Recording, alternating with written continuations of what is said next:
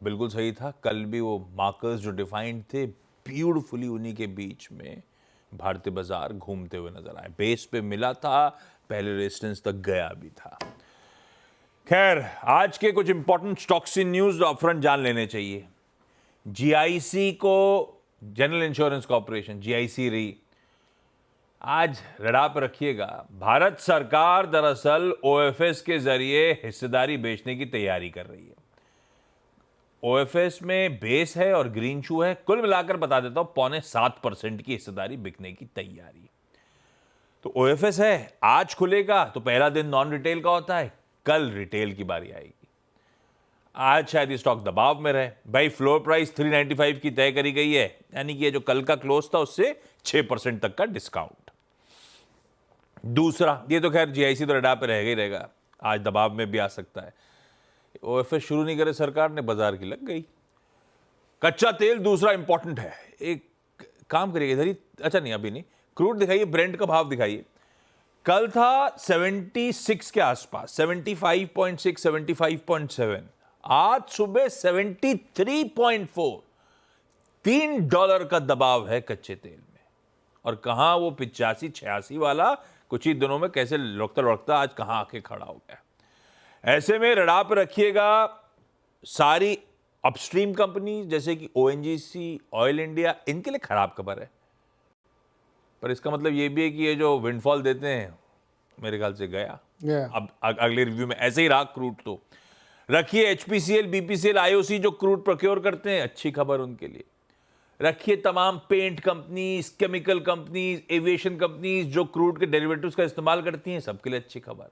तो इसको इस तरह से देखिएगा, लेकिन रडार पे खास तौर पे स्टॉक्स। तीसरी इंपॉर्टेंट चीज, कल डिफेंस एक्विजिशन काउंसिल की बैठक होनी थी। लक्ष्मण ने आपको सुबह ही एक्सक्लूसिव दे दी थी। शाम को उस बैठक का अपडेट आ गया, हुई और अपडेट भी आ गया, जिसको राजनाथ सिंह साहब हमारे डिफेंस मिनिस्टर चेयर करते हैं। 10 कैपिटल एक्विजिशन प्रपोजल्स को मंजूरी मिली 1,45,000 करोड़ के। और ये जो एओएन्स हैं, basically acceptance of necessity, 99% indigenously लिया जाएगा माल। मतलब ये पूरा का पूरा 1,45,000 करोड़ रुपए मोटा मोटी भारतीय कंपनी के पास ऑर्डर जाना है।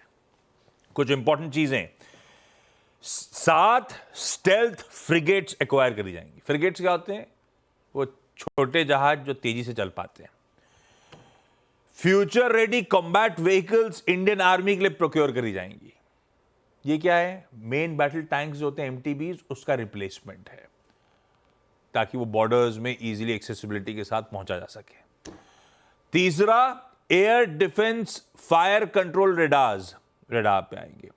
कुछ डॉर्नियर 228 एयरक्राफ्ट प्रोक्योर करे जाएंगे और नेक्स्ट जनरेशन फास्ट पेट्रोल और ऑफशोर पेट्रोल वेसल्स भी, जहाज भी खरीदे जाएंगे।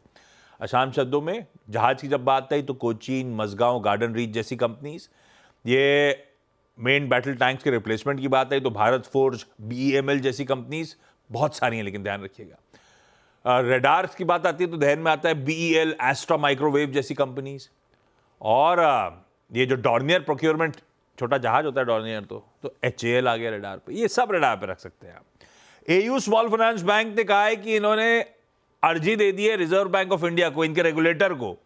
ये वॉलेंटरली स्मॉल फाइनेंस बैंक से एक यूनिवर्सल बैंक बनना चाहते हैं, उसकी अर्जी है। अच्छी खबर है। कल मेडी असिस्ट में लार्ज ट्रेड हुआ था, जैसा आवाज ने आपको बताया था वैसे ही हुआ। उस कंपनी के promoter Bessemer India capital holdings ने माल छोड़ा, वही 95 लाख शेयर्स।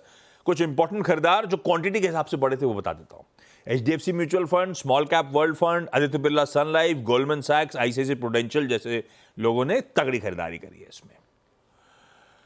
एक्जिकॉम टेलीसिस्टम्स में रारे एंटरप्राइजेस ने कल माल छोड़ा है 15-16 लाख शेयर्स।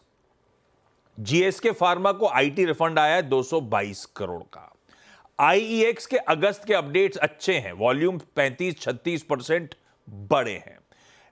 हैवेल्स कह रहा है तमाकुरू में जो इनकी प्रोडक्शन फैसिलिटी लगा रहे थे केबल की, उसे कमर्शियली शुरू कर दिया है और शायद एग्रेसिव केपेक्स की भी बात अपफ्रंट कर डाली है। तो ये सब स्टॉक्स अगले का रडार पे, लंबी लिस्ट है, 8:30 बजे और बातचीत करेंगे, लेकिन ये अपफ्रंट जानने वाले स्टॉक्स। यहां पे काम कर रहा हूं, छोटा सा ब्रेक के उस पर लौट के आऊंगा तो इवेंट्स कैलेंडर और कमोडिटी स्ट्रैटेजी।